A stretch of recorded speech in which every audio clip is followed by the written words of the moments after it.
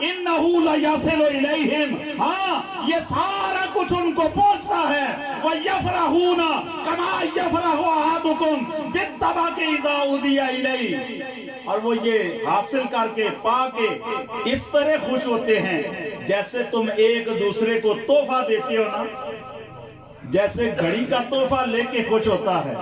Suit کا تحفہ لے کے خوش ہوتا ہے، موٹر سائیکل کا تحفہ لے کے خوش ہوتا ہے، موبائل کا تحفہ لے کے خوش ہوتا ہے زندہ، اسی طرح مرنے والا تیری دعاؤں، تیرے صدقات، تیرے حج اور خیرات پا کے وہ بھی قبر کے اندر خوش ہو جاتا ہے۔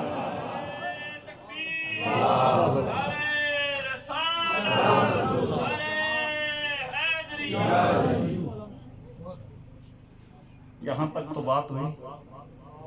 بیٹا دعا کرے گا، بھائی دعا کرے گا، ماں دعا کرے گی،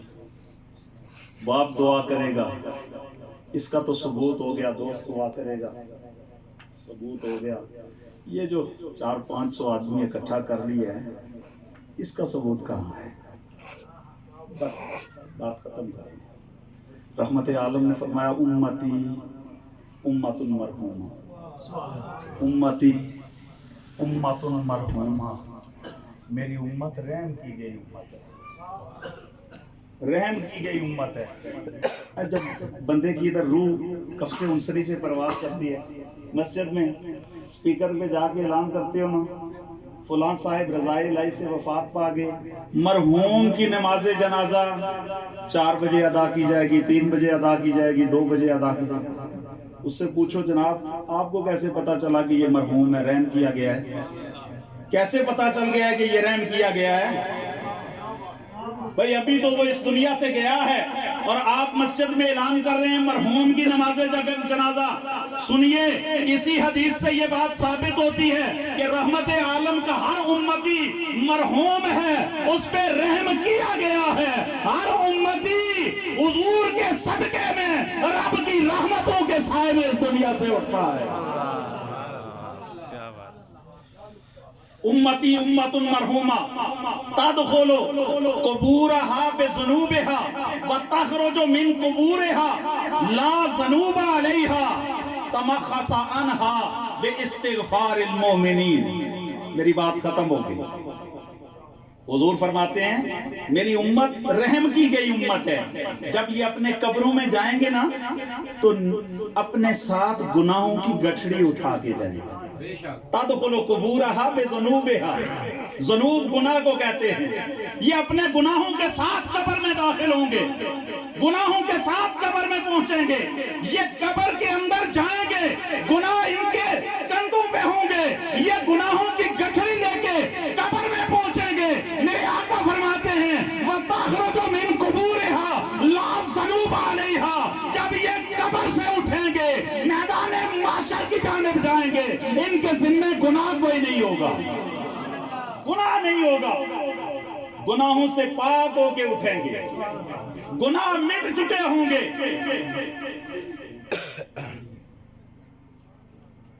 مجھے یہ بات بتائیں کہ مولوی وہ سچا جو یہ کہے کہ اس کے لیے دعا نہیں کرنی، اس کے لیے اصال نہیں کرنا، میں تو کہتا ہوں وہ تو مردوں کا بھی دشمن ہے، زندوں کو تو چھوڑے نا، وہ تو مردوں کا بھی دشمن ہے، قبر والوں کا بھی دشمن ہے۔ جو قبر والوں کے لیے دعا نہیں کرنے دیتا وہ قبر والوں کا دشمن ہے۔ کیوں؟ اس لیے کہ میرے آقا فرماتے ہیں اور قبر میں جائے گا گناہوں کی گٹھڑی لے کے جائے گا، جب قبر سے اٹھے گا کوئی گناہ ذمہ نہیں ہوگا۔ یا رسول اللہ گناہ کیسے مٹیں گے؟ میرے آقا فرماتے ہیں تمخص عنہا باستغفار المؤمنین، میرا رب مومنوں کی دعا کی برکت سے اس کے گناہ مٹا دے گا۔ نعرہ تکبیر، نعرہ رسالت، نعرہ حیدری۔ اتنے مومن جمع ہوئے نا تو یقیناً جہاں اتنے مومن جمع ہو کے دعا کرتے ہیں نا، ان کی دعا کی برکت سے اللہ مرحومین کی قبروں پہ اپنی رحمتوں کا نزول فرماتا ہے۔ اور ویسے بھی حضور کی حدیث ہے نا کہ جہاں 40 افراد جمع ہوں ان میں سے ایک اللہ کا نیک بندہ ہوتا ہے جس کے سبب اللہ سب کی دعا کو قبول کر لیتا ہے، اور جہاں 400-500 بندہ جمع ہو جائے وہاں کتنے نیک ہوں گے۔ اللہ تعالیٰ ہمیں عقیدہ صحیح، عقیدہ اہل سنت پہ قائم اور دائم فرمائے، اور ہمیشہ حضور رحمت عالم صلی اللہ تعالیٰ علیہ وآلہ وسلم کی امت کے لیے دست بدعا رہنے کی توفیق عطا فرمائے۔ وما توفیق